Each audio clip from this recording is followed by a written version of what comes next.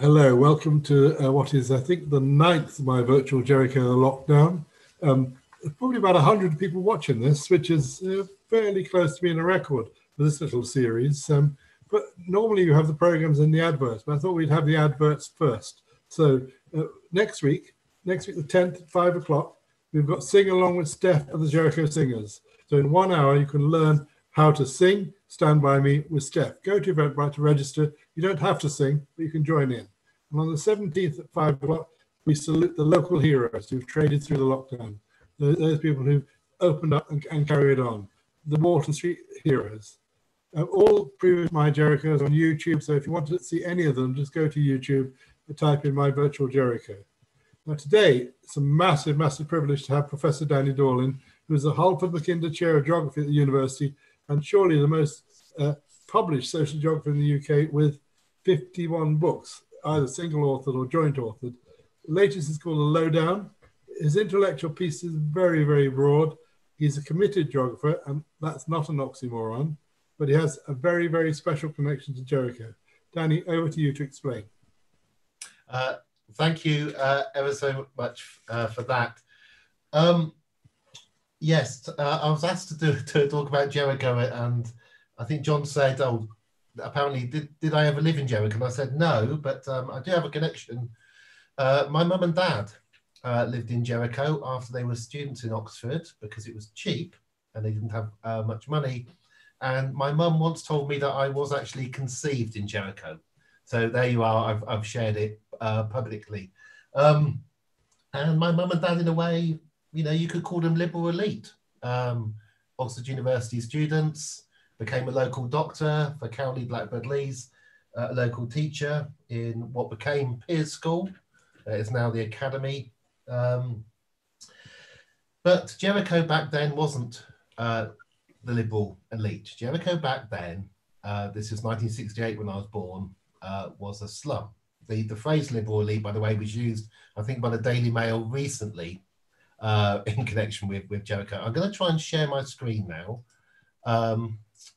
So hopefully you can see, I think John might confirm, you can see a map of Oxford. Is that right, John? Yes, correct. Wonderful, wonderful. Where is Jericho, for those who don't know Oxford? It is around about the L of the word liberal in liberal elite in the title. So there, in case you're wondering where we're talking about, this is about Oxford and about Northish Oxford, not about the east and south of Oxford very much. I'm interested in equality and I'm interested in change. As John said, I've just published a book called Slow Down. But in a way, Oxford is odd in this because people think Oxford changes slowly. And I would argue that in general, we are changing more and more slowly. But I think Oxford actually has changed faster than many other places, and it's not often seen. You've hopefully had a little bit of time to read some of the text on that page. I'm sure somebody can correct me in questions and tell me where the ford will have been, the ford for the oxen. But I think, given it'll be north of where the Cherwell meets the Thames, I wouldn't be surprised if the original ford of Oxford hadn't been around there. Oxford, Oxon being related to inequalities. The original Jericho, of course, the city at least 11,000 years old. Whereas the city of Oxford is not actually that old. Let me go forward. There we go. Just a few hundred years old, most of the colleges.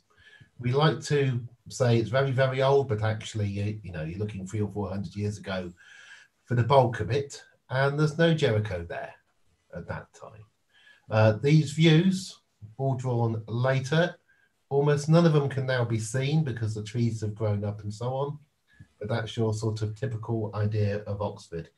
It's the university, which was a big part of Oxford in 1756, but progressively became a smaller part. So let me show you that. I've only got about 13 or 12 minutes left. This is a very quick whistle-stop tour, and then we'll ask some questions. Here's a lovely map produced by Mark Fransham when he worked at Oxford City Council of the growth of the city. In 1750, you can see, in effect, the university and outlying villages. By 1830, you can see that some of Jericho has been built, and there's the beginning of the expansion of the city. By 1900, North Oxford really is all there. Other parts of the city have been built, but it is still quite small. By 1939, it's a proper Midlands city. The car factory is being begun to be operational down in the southeast. I was born in 1968, so that 1970 map you can see is what I saw as Oxford. The orange areas are the housing built between 1939 and 1970. And the remarkable thing, really quite recently, is how little has been built since 1970. Really is pretty small. But let's go forward and talk about change. Brideshead Revisited. If you're the right age, you'll have seen the TV adaptation, and you may even have read the book. In many ways, the university, and the university is only as part of the city, but the university kind of has a reputation that comes from Brideshead. The book is wonderful. The book describes the time, 1920s, of extreme inequality. There is Sebastian and Charles Ryder, and the teddy bear. You had to bring your own scout with you. Your scout was your cleaner. So that's the 1920s Oxford, just 100 years ago. I do apologise on the first graph. I haven't put the timescale, but that's just the proportion of women, undergraduates. And okay, very low, and then sudden rise. And then for some reason, we kind of got scared about going over 50% women. And we did quite a lot to make sure we didn't. We are now 51, 52% women. The man in the middle of the top right is my grandfather. He came in 1935 to Oxford. He wasn't a gentleman, like the two men from Brideshead. He was a scholar. And I'm going to put my mouse, you may be able to see the mouse. He arrives around about here. And this is an enormous change as far as the university is concerned. Between 90% of the mainly young men being from pretty privileged families, through to letting some scholars and exhibitioners in there. If he'd known, of course, he would never have had that little moustache. But they were very fashionable, apparently, in the mid-1930s, not later. My parents turned up here in the 1960s, actually around about there. 1965 was the year of great change for the university, when the corrupt practices of several colleges were outlawed. The corrupt practices were basically letting boys in from particular schools, one of which was my father's school. It's a new college, by the way. I'm a teenager in the 80s. In the 80s, the university in some ways was going backwards. You can see it taking a higher proportion from private schools in many years. This is the time when Boris Johnson arrives, David Cameron arrives, Michael Gove arrives, Hunt arrives, and so on. If you remember the leadership election of the Conservative Party last year, I think at least 7 or 8 of the candidates were from Oxford, and the 2 senior Oxford men were the 2 who battled it out, and the most senior Oxford man won it. That's 1980s Oxford for me. It's what we see now, and here we are now. Enough of that. Let's go forward back to the city. 1927. This is the 1927 map plan for the expansion of Oxford. It was going to be circular. It was going to be bigger. The reason it's going to be circular was the bicycle, because the bicycle's a lovely thing, and of course Oxford was central in manufacturing bicycles. It was going to be circular because it really is quite a lot of effort to cycle 5 miles rather than 4 miles rather than 3 miles. Anyway, that was the plan. Council for Protection of Rural England was nascent in the 30s, saw that plan, colleges saw that plan, and they brought up the land in the circle, which many of them still own, to stop the circular expansion. Jericho is the red area in that plan. The red areas, I think they were being shaded red. I've forgotten the precise reason that was officially given, but it really was housing that's beginning to get a bit old, not built to a wonderful standard. And there's 2 areas of the city, the Jericho area and the St. Clements area.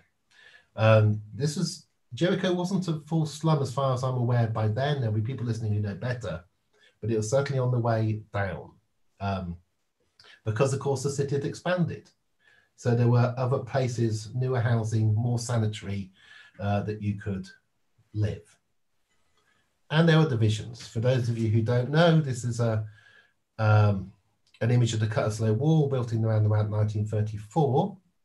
The little dot where I'm wiggling the mouse shows where it is. Jericho's down here. 8-9 foot high with spikes so sharp, metal spikes, that they would kill a child if a child tried to climb over it. And it was primarily built to stop children from the working class side of the road being able to walk along the private side of the road. So very divided Oxford, and Jericho's going downhill at this point. This is the model of the plan to build a road through Christchurch Meadow, which never happened. But that is the Oxford that was never created. It's got a civic centre here. You see, the whole of St Clement's is going to be demolished, and a wonderful civic centre is going to be built down there. And Jericho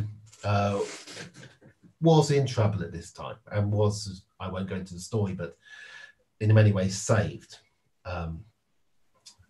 But change. Now you may think, oh, you know, that's the ending of change. That change never happened. They never built this road through Christchurch Meadow. But there were very big changes that simply carried on. House prices are the most obvious one. Now, this is just 20 years ago. 20 years ago, the average price in Jericho was somewhere between 136,000 and 200,000 for a house. Average, right? That is really low. That's only 20 years ago. I mean, not low by national standards then, but, you know, imaginable.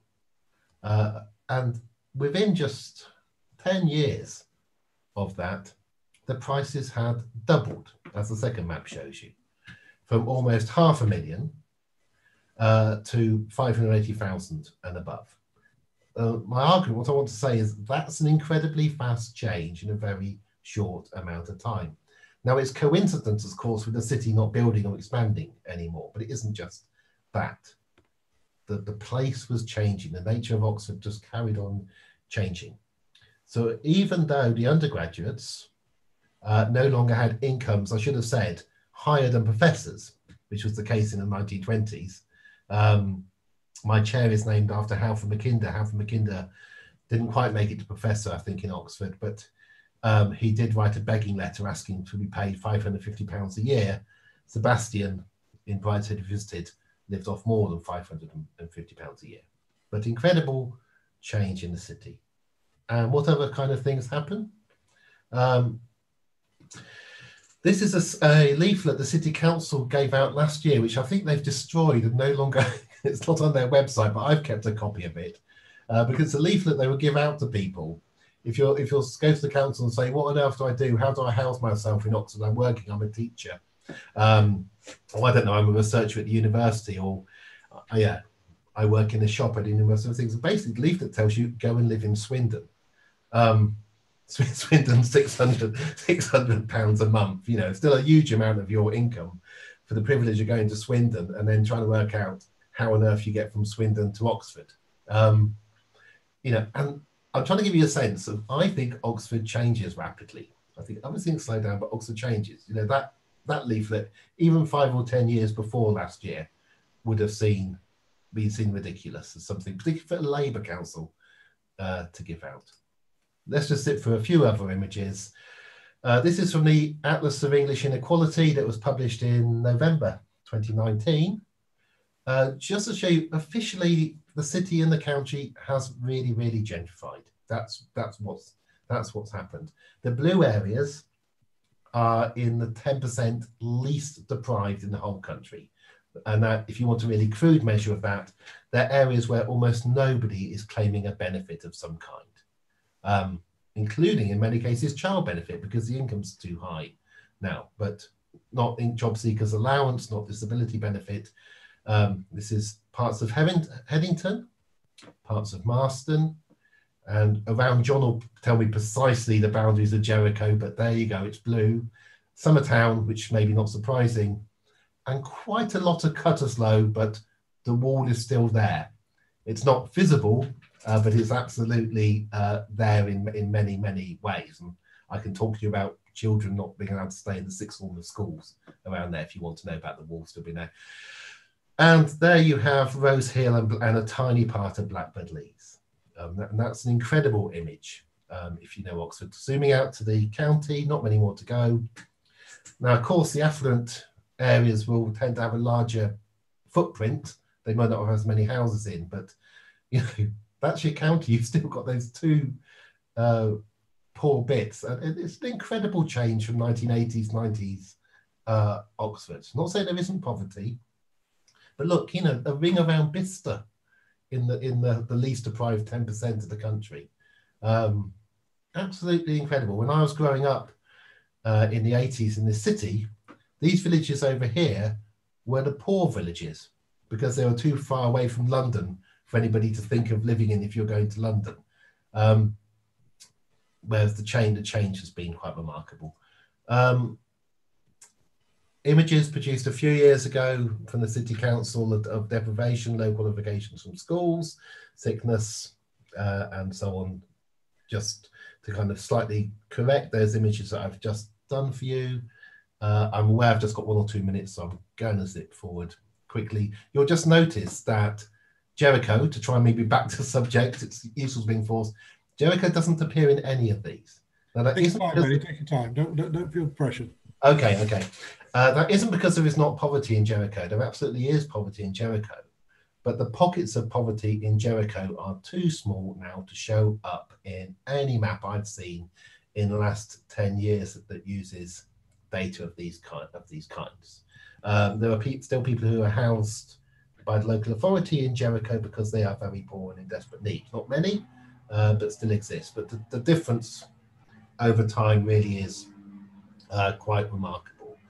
I wanted to end it by just talking a little bit, showing some pictures and talking about the future, because if we've had this speed of change from it being a place when I was born where you desperately got out of if you could with a baby, and my mum and dad bought a house on Churchill Road right next to what's I now think is called Templar Square, which was Cowley Centre Shopping Centre, because Churchill Road next to Cowley Centre was so high up socially compared to Jericho.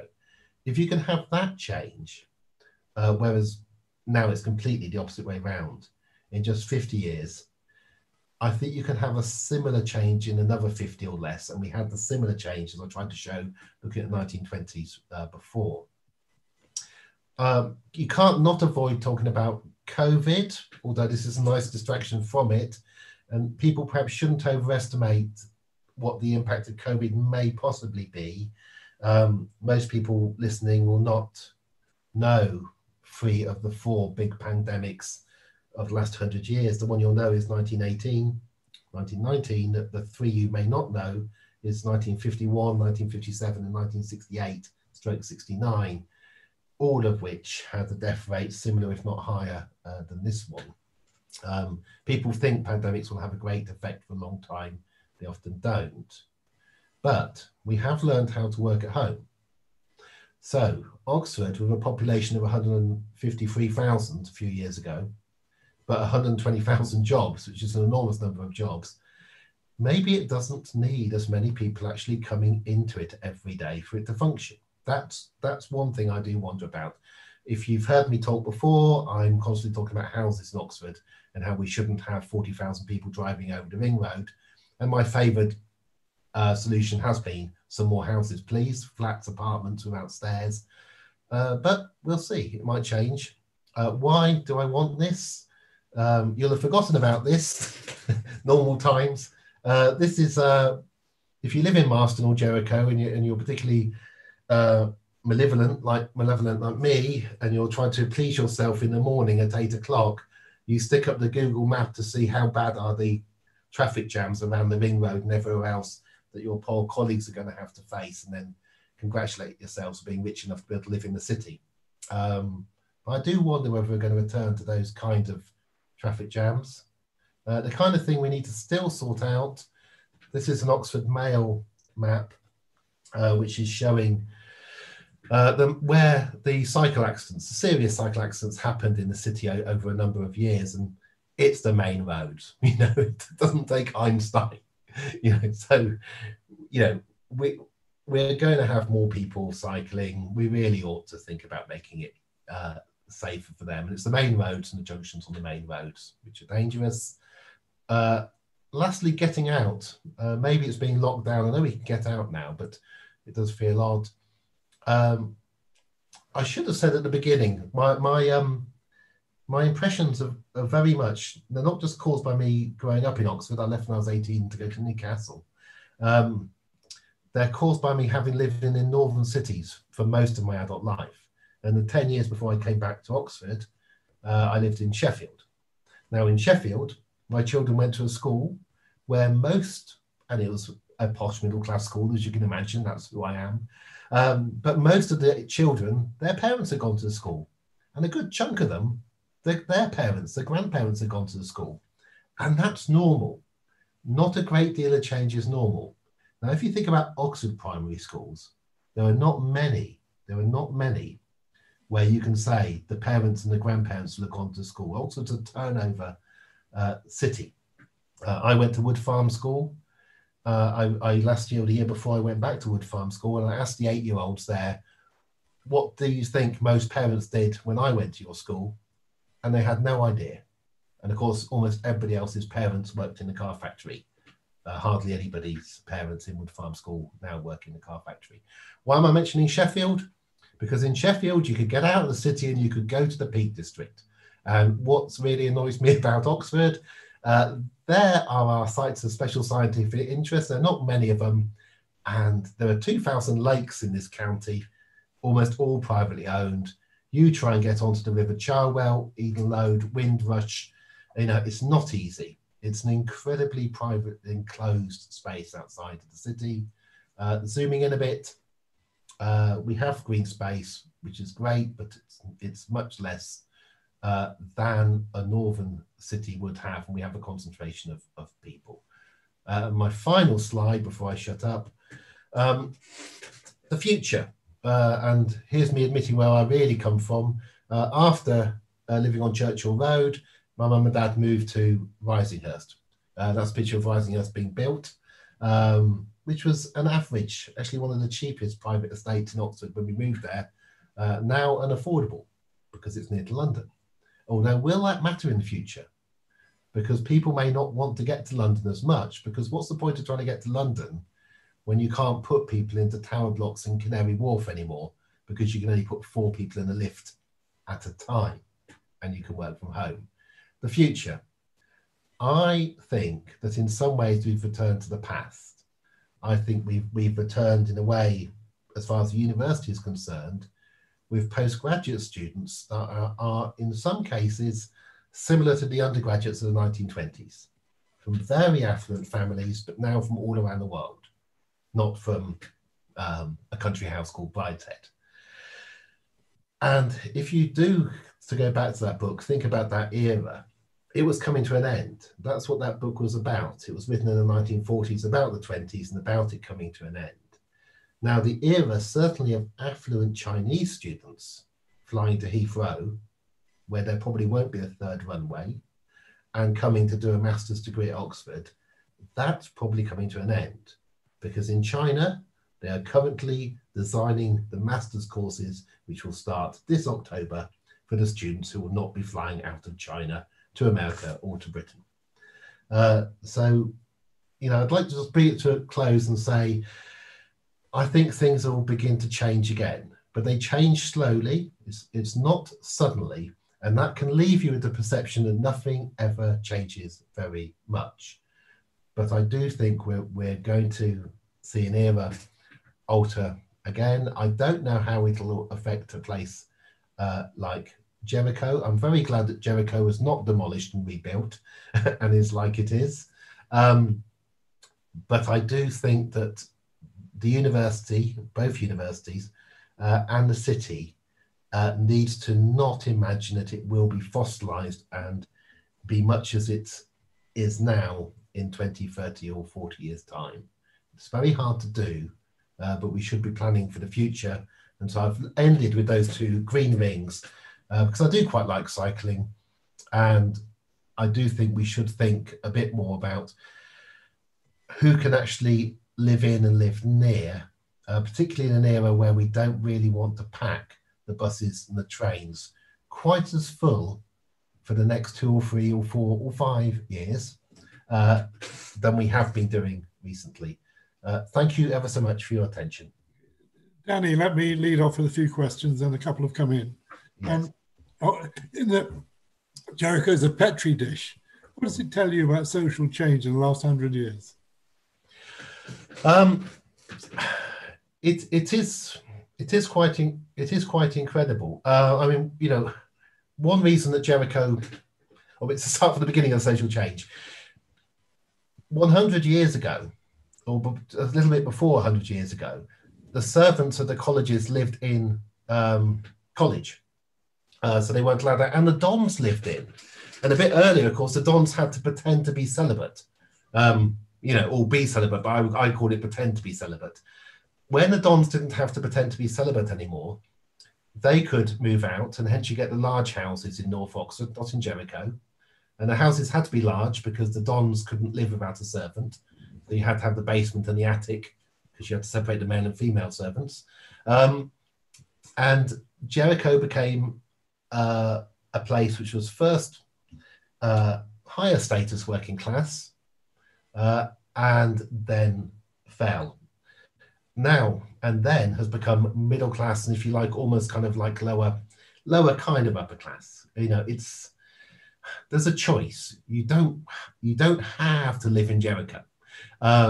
So somebody choosing now to live in Jericho, it means that there is a spare couple of £100,000 there recently, and you know that is a reflection of growing inequality in Britain.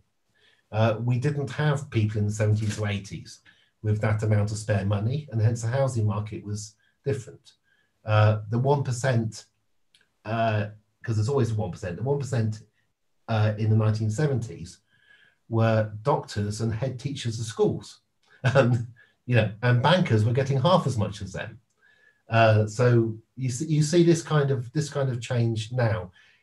If the country were to become more equal, it wouldn't be levelling up because we can't all become as rich as the 1%. It would be levelling down a bit as well. Then that current position of Jericho won't be quite the same. But being away from a car, being away from needing a car, I think will be seen as advantageous for quite a long time. Do you think that's a long-term social change, that people will actually wean themselves off cars? Yes, I think cars are quite an odd invention. You know, they're less than 100 years old. We didn't really think of what we were doing when we kind of created them. Toad of Toad Hall, you know, in a way was a kind of anti-car thing. And there's a famous book from the 30s called Murder Most Foul, because car driving was so fatal, so dangerous in the past. Oxford is a medieval town. You know, it really is not well suited. It does have these nice straight roads for the trams. You know, there were trams, so they're there. But I think we'll wean ourselves off cars because they're not as necessary as we currently think. Just as we weaned ourselves off a system that relied entirely on horses. Air pollution is turning out to be much worse than we thought it was, much more dangerous. In fact, even remarkably, appears to make it's sticky possibly for COVID, hence New York, hence London. Anyway, I won't get myself into a hole over that. But you know, the idea of us driving ourselves to go and buy things, which is quite inefficient compared to buying something and somebody in a single vehicle delivers it to your house, that actually makes much more sense and uses up far less petrol and pollution. Now, so our shopping habits will all have changed. They by and large go online for food and for other things. So that's what, online something maybe not for food, we don't know. If you want, you can look at the Netherlands or Japan. You know, it's always sort of safest, says a geographer, to look at. So Japan, number of cars has fallen every year for I think almost 30 years. The Netherlands, the cars are very, very rare in the cities, but outside the cities, people still use cars. But it is not an efficient way to move around. a place like Jericho will become even more attractive because it's a city centre, it's walkable with everything. Yeah. The cultural centre with the New Humanities building, you know, which you'll probably be in. You know, Yeah. it's and Walton Street will be bereft of traffic. Surely this will become the sort of the Holland of Oxford, won't it? I can't see Jericho being in trouble in the near future, but I do suspect we in Britain as a whole may be at a house price peak at the moment. I have been saying this for years, and I've been wrong for years. But eventually, of course, you have to be right. House prices always do peak. My favourite example is Amsterdam, and I've forgotten the year. But what I've remembered is, in real terms, they fell for 250 years after it. So I must memorise the year. London, and of course Oxford had London prices. London was the most expensive place in all of Europe before this crisis hit. You've got to go all the way to San Francisco to find somewhere as expensive as Oxford. So I would suggest we've hit a plateau now, and people should just be happy with that, and don't expect things to.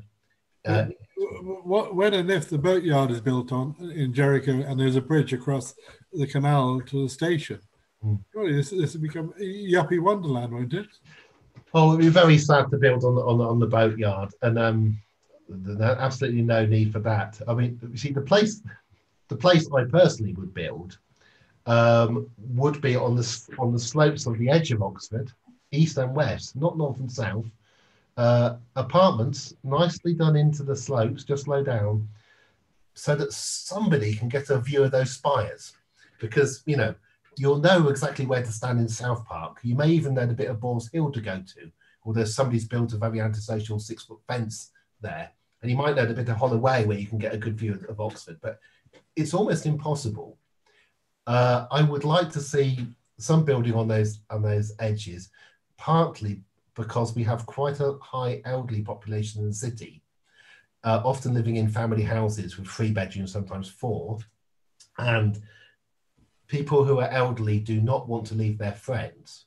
But if there was a nice apartment without stairs, only 2 or 3 miles away, or Hinksey Heights Golf Course, just a mile away from Jericho, Hinksey Heights Golf Course, sorry to any golfers, that would be my one thing, because you'd bust the green belt and build nice apartments overlooking Oxford, would you? I would, yes, below the ridge line, but with no car parking spaces. So the way you'd stop the sprawl is you would make it non-car dependent, because it's a tiny city. 150,000 between Birmingham and London is an artificially constrained city, but I wouldn't bust it much, and I'd wait to see what actually happens. The big demand for the future of the city it's not just education, it's the hospitals.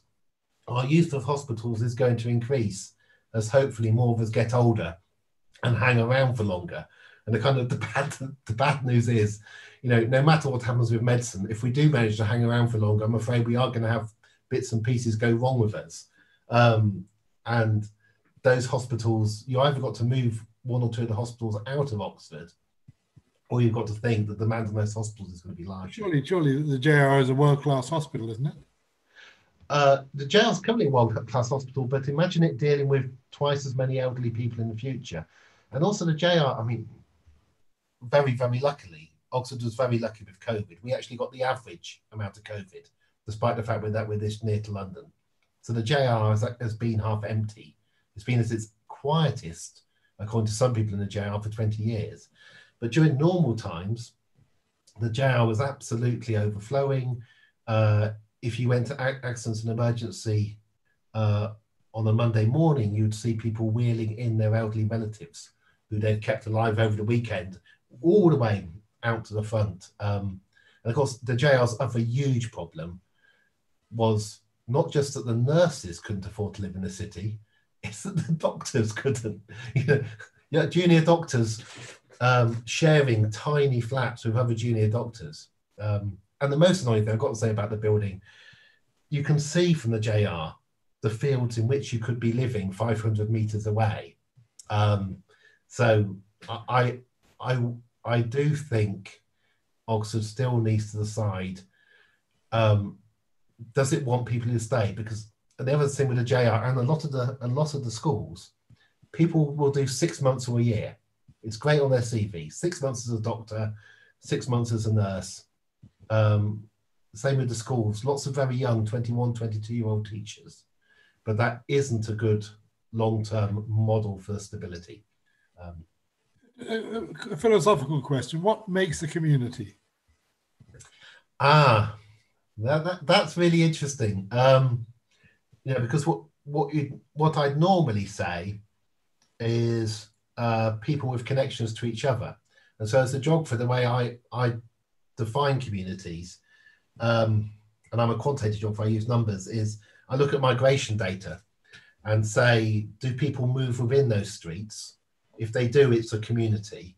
If there's a barrier and nobody ever moves, well, like the Cutterlow Wall, if nobody from one side of the Cutterlow Wall, which is still largely social housing, ever moves to a house on the other side in the same way, and also you can look at the children and where they go to school, if they don't mix, you can say, there's a barrier, there's two separate communities. Oxford is really, or has become really odd, because it constructs communities where there aren't traditional communities. So those generations of car workers, 40,000 car workers, mostly men and their families, they've almost all gone. There are only 3,000 left, largely without families. The university, the hospitals, the private sector expanded into the homes of 40,000 working class people, which is partly why we didn't have to build for 30 years. And as that happened, people have set up their own kind of communities, because almost nobody is local in a lot of Oxford. Not born, or certainly if they were born, their parents weren't born like me. So sorry to waffle on about this, but I think it's fascinating because I watch people creating things in, say, Florence Park, in pubs, which are a new form of community, which you can create because there is such a vacuum now, because the turnover is so very high. Last thing to say about community, sorry, John. You'll be familiar with David Goodhart's work on Somewhere and Anywhere, aren't you? Is Oxford an anywhere city now?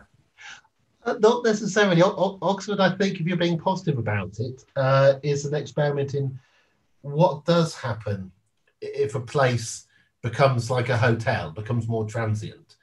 And you see that people do try and make things work and make things happen.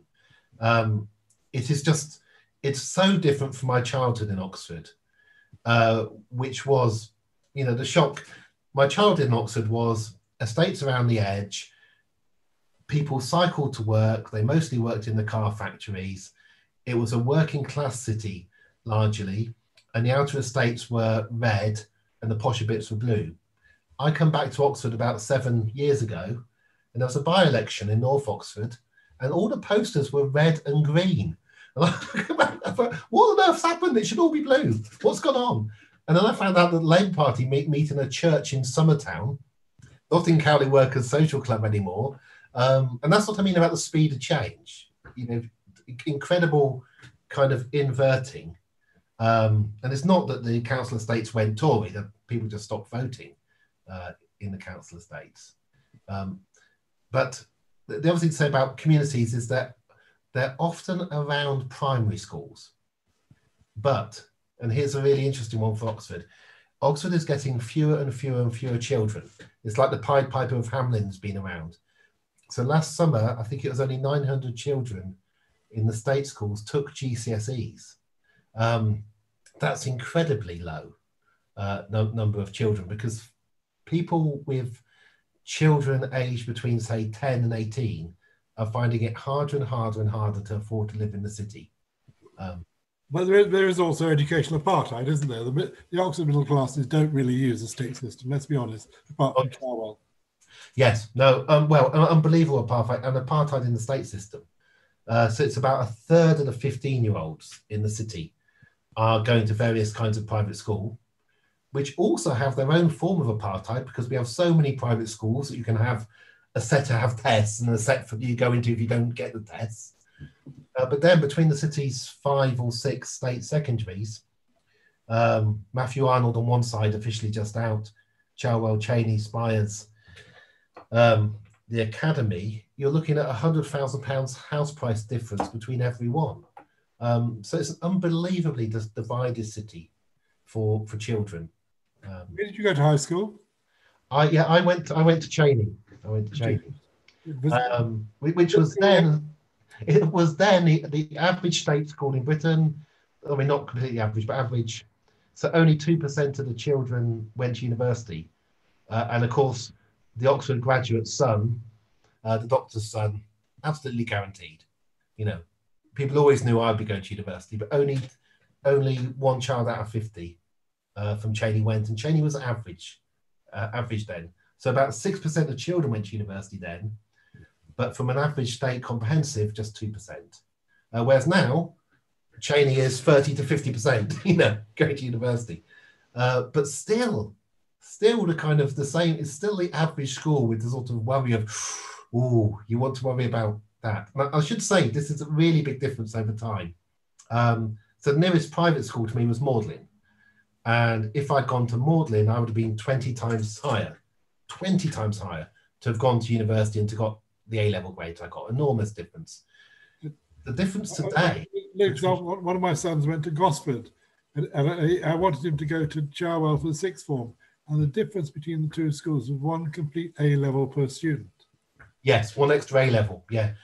Well, basically we had to cut a slow wall, and it's something that upsets people also.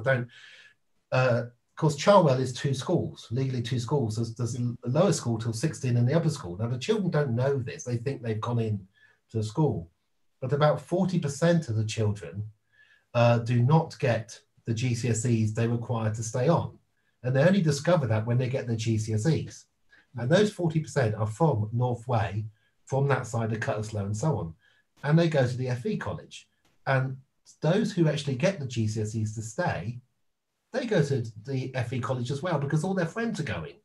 And so you have this horrible apartheid, even within a state school. And then, of course, people come into Cherwell, often from the private schools, but also from Cheney and so on. And then Cherwell gets the most amazing A-level results because it's, in effect, chucked out the 40% of its... There's a bit of Darwinism goes on, is there? Intellectual Darwinism. It's odd, and it says, oh, we're an academic school. And this does annoy me. I talked to a teacher once from Cheney, actually a few years ago, who said, oh, Danny, you don't understand.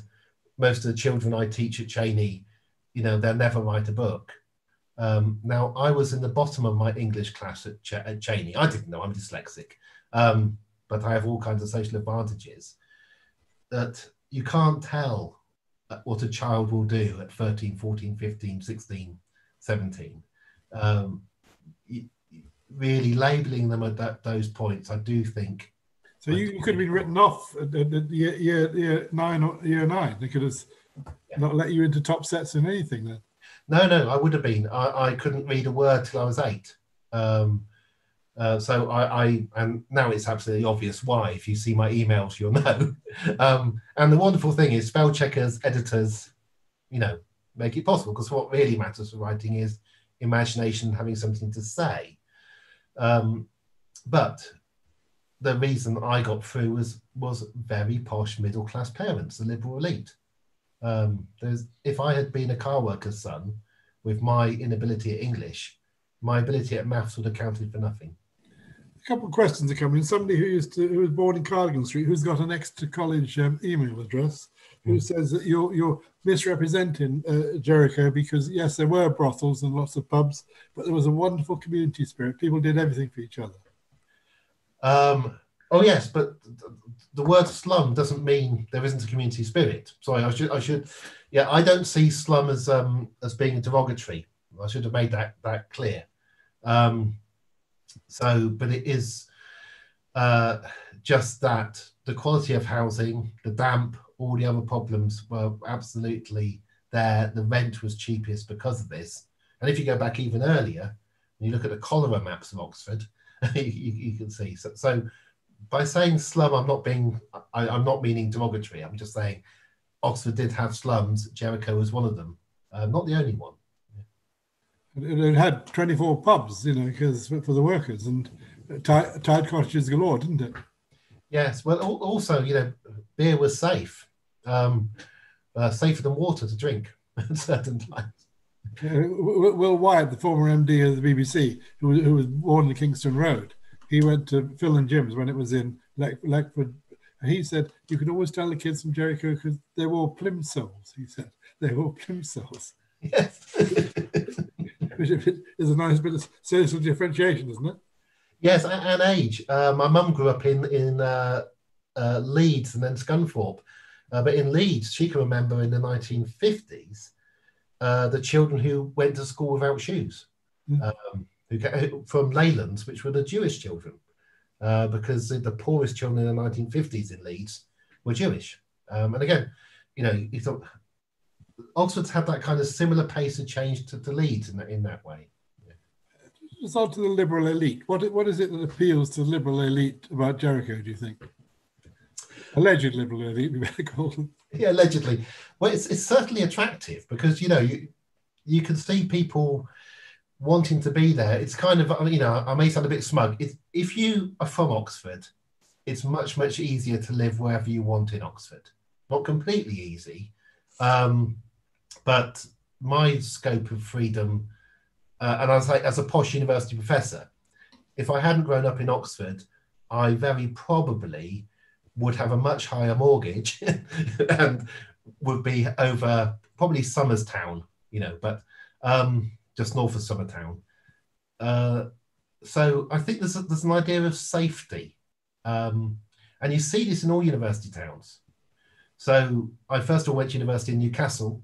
The University of Newcastle still, I think, if you're newly hired, you get a piece of paper that basically says, you should live in Jesmond and Gosforth. Literally instruct the academics to live in the richest part of the city. And I've seen much the same in Leeds. I saw the same in Bristol, except Bristol was getting so pricey it was hard. So it's part of a national pattern where academics and liberal elite feel safest away from other people. It's trickier to do in Oxford. And of course, the other change in Oxford, one reason why Jericho is now liberal elite is that the more expensive areas where the Dons did live in those huge houses are completely off limits. They cost too much, They cost £3 million in St Margaret's Road. Yeah, yes. You've got to have sold a very large oil company in Russia, really, to afford all of those. Or a house in London. Yes. So it's safety, it's an intellectual apartheid, and they like being around people like themselves. A bit of that, a bit of school paranoia, although that's different. So Phil and Jim's, incredible worry. The middle class and the upper middle class worry more about schools than anybody else, particularly primaries. And apologies to any primary school teachers listening, but really, the primary school you send your children to doesn't have a huge effect on their future. Phil and Jim's, a child from Phil and Jim's will come out a year or 2 years ahead, but that's the parents. And not necessarily a happier child. I'll start to think myself any further. But it's striking to come back to Oxford and see the middle class worry even more about getting those letters when they find out which school their children have got into. And of course, the other thing you can see the pictures come off now, but you also get people doing the opposite and living in poorer parts like Littlemore of Oxford and sending their children to a private prep school. So that there was a kind of So the money they're saving in housing, they're putting into education. Is that the principle? Yes. So you've got kind of three groups. You've got those who put into housing and get their children to fill in gyms and hope they're in the Chilwell catchment. Those who buy cheaper housing but go for the prep schools and the private schools. And then, of course, you've got the third elite group who can afford the housing and the school. And then the only question is, can they afford the fees for the dragon? And that's a whole different game. And common entrance exams, all that. That's usually inherited money, though, isn't it? Yes, inherited or first generation made. I mean, one interesting thing I can tell you now, because when I first came back, I rented a house from university. And there was only one house they would rent to me because I had 3 children. And apparently the other houses are too small. So I rented a very, very large posh house, which growing up in Oxford, I always wondered what it felt like to live in a house with, got 4 bathrooms, okay? Ridiculous. The person who'd lived in it before was a Cayman Island banker. What was a Cayman Island banker doing in that house? If you're a Cayman Island banker who actually owned his own bank, it was his, you can live anywhere in the world. And there are a group of people in North Oxford who live there because they can live anywhere in the world and because their new modern parents want to walk their children to the dragon. So, you know, you've got to remember we're playing this game in Oxford as well nowadays, of schools tucked away, but yeah, a top end of worry and worry. A lot of there's an enormous amount of worrying about children in Oxford that's greater than other cities. Actually, somewhere in the anywheres and the little communities. We didn't explain it. Somewheres are people who have to live in one place. The anywheres are people who can live anywhere, as I understand Goodhart. You know, and the liberal elite are anywheres. You said earlier on about people creating their little communities. Give us some examples of that in Oxford. A friend of mine in Oxford created a thing which is now global, called the Drunken Nitwits, which are largely women who meet in pubs. This began in Oxford, I think only 8, 9, 10 years ago. Women who meet in pubs and drink and knit. My friend is American. They turned up, they didn't know anybody. They created a way of meeting people. And of course, the great thing about Oxford for this is it's full of people who don't know anybody, who've just turned up. And, you know, that was made in the city. Do they meet in the Anchor by chance? Which pub do they meet in? They move around. They move around the pubs that they meet. But I've seen more things like this in Oxford than elsewhere. Whereas in other cities that I've lived in, community is really about length of time and service. You know, it's have you got the accent from the city? What did your mother and father do? And you might have lived there 30 years, but you don't quite belong. That's my experience elsewhere. In Oxford, because literally so few people can claim that, I've never seen it used since I've been back. I often started public talks in the cities by asking people to put up their hand if they were born in the county or born in the city. And we got hardly any talks, which also shows who comes to talks. But it always helped when talking about immigration to be able to say, yes, welcome immigrants to the entire audience about the place. How did you not get an Oxford accent when you were growing up? You don't talk like a car worker's son. I mean, you're a doctor's son, all right. But I had one when I was a child. Did you? I talked like a pirate. I was Oxfordshire. What happened is I went to university at 18, and every year my accent got posher and posher and posher. And I went to university and never left. But it's funny what you say, because in our very divided society, so at certain high tables in certain colleges, my accent could be seen as very lowly. But of course, my accent is actually quite posh. And it's a funny... So as you became more socially mobile, intellectually mobile, it got driven out of you. It got driven out. You start using longer words without realizing you're doing it as well. And I can tell you, I did have my accent corrected when I did first turn up in Oxford, and I was really well behaved. And I did to the colleague at a public meeting who said I pronounced something wrong. I didn't say, I think you'll find that's the correct Oxfordshire way of pronouncing it. So I was quite pleased that I'd finally grown up in my 40s. Also, this city, this city had a really distinct accent in the past. There was no M40. People didn't go to London. There was a boy in my primary school who came to school after milking the cows. So it really was a kind of West Country, very strong accent. I lived in Weston-on-the-Green, next door to two people who'd never been to London. They said, why do we want to go to London? What for? Yes. There's a motorway. We're coming towards the end. What does the future hold for the likes of Jericho and indeed central Oxford, central North Oxford? Well, it's really interesting. I try not to be too diverted by this change, but Oxford was becoming a tourist city that looked as if it was going to be absolutely inundated with tourists in the future, because you've got a growing world middle class. After you've done Paris and London and New York, what do you do next? Oxford's on that group. And if you only go to Oxford once in your lifetime, can you imagine it would just be permanently filled with more. You missed all those Chinese tourists with a little flag? Yes. You see, and it wouldn't have taken, the number of tourists increasing fourfold, which was entirely predictable in 10 years. Yeah. We could try and spread them out. Every college, J.K. Rowling should have made a deal with the colleges, and every college should have had a wizard's hat, and we can make something up, and that's why you need to go all the way up, to the furthest college north and south. But I do wonder whether tourism might not peak as much, and that changes the future for Oxford a bit.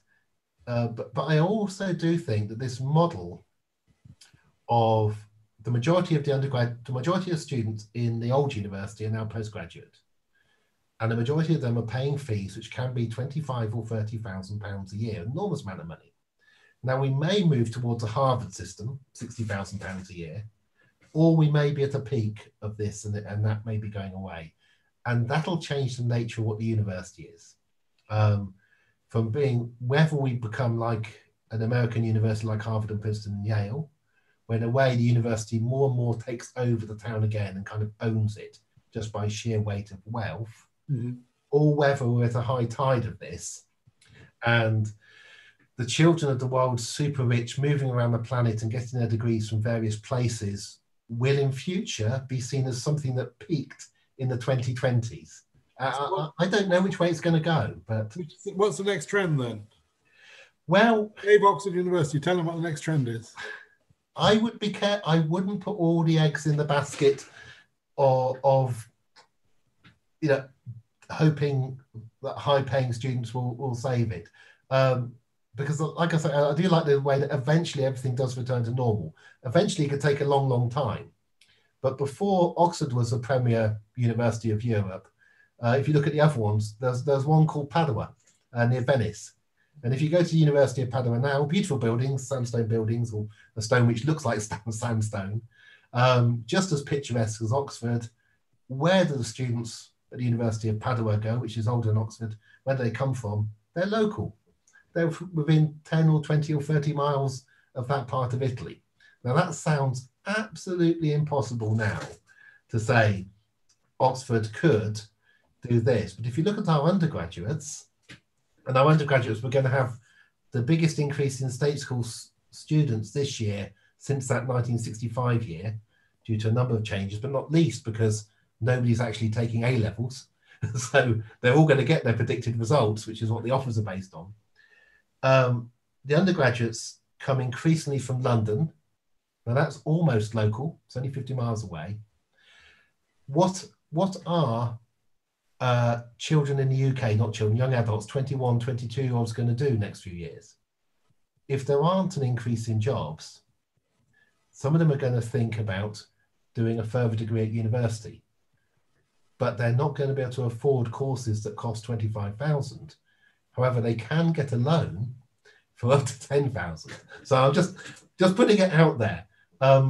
You wouldn't have thought many years ago that the university would be on 69% state school, increasingly from London, but that's where the old university is. Thinking about the postgraduates, given that we know that those from China probably won't come back because the Chinese universities are building a capacity to teach masters. I think we should accept that it was a one-off thing, and it will decrease in future. Historical anachronism which has come to an end. Yes, and it's so easy to get misled by money. Money makes everything so much easier, but that source of money doesn't last forever. And in the 1920s, the university, some people thought it was the end of the world, that the government were requiring the university to begin to take in a few young men and then some young women on the basis of ability, not money. but the university became much more academic from that. So, but I'm a lefty, so of course I err towards that. But it is equally possible that out of this particular financial crisis, we somehow go the other way, and it is £64,000 for a year in Oxford. Okay, very last question. Are you hopeful for the future of Jericho and of Oxford? Yes. I am. I'm very hopeful for it. I'm always impressed by how bothered people are, and of course, how much they fall in love with the place. And it's an easy place to take for granted if you grew up in it. The thing I'll end on to show you how easy it is. When I came back 7 years ago, I was looking at what had changed, and I was looking down from Cormarket, and I looked at Tom Tower in Christchurch, and I went, when did they build that? I went, that wasn't there when I was a child. And then what I slowly realised is, of course, because I was a fairly normal child, you didn't notice it. I didn't care less about these old buildings. Yeah. So now I'm optimistic because it is very pretty. I think the rivers are lovely. It's particularly nice now that the air's clean, because it did get very, very dirty. But no, I'm optimistic. I just wouldn't be NIMBY about saving it. It is very special, but it changes. So the important thing is, in which way does it change? Do we want to become like New Haven in Connecticut, where Yale is, which is a very divided town? Or do we want to become more like Padua in Italy, in which direction we're going? But we're not going to stay the same. And it's going to go one way or the other. It's just what a fascinating hour, Danny. Thank you very, very much indeed. This is all recorded on YouTube if you want to look through it again, and if Danny wants to get the thing out to his fans. Next week, as I said, sing along with Steph. If we could please, 5 o'clock, Steph and the Jericho Singers on Zoom doing their numbers. You can learn how to do Stand By Me in 1 hour.